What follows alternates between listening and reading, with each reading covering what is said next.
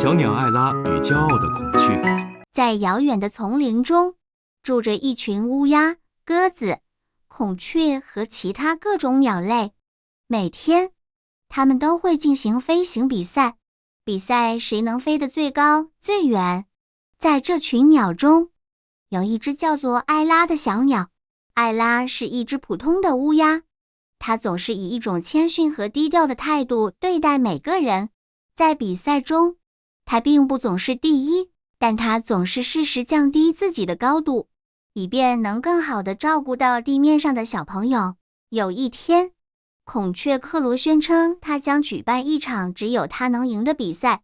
在比赛当天，克罗展翅高飞，他的羽毛在阳光下闪耀着绚烂的光芒，让所有的鸟都对他感到羡慕。然而，当克罗飞得越来越高时，他却忽略了在地面上的小朋友。艾拉看到这一幕，决定要做些什么。他降低了高度，为小朋友们提供了阴凉，还帮助迷路的小鸟找到了回家的路。这次比赛后，所有鸟的目光都转向了艾拉，他们赞美艾拉的谦逊，并学习他的精神。而克罗也意识到了他的自负，并向艾拉求教如何才能变得更谦逊。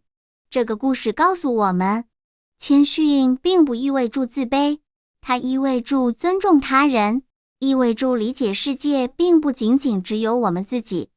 每个人都应该懂得谦逊，只有这样，我们才能获得长久的快乐与和谐。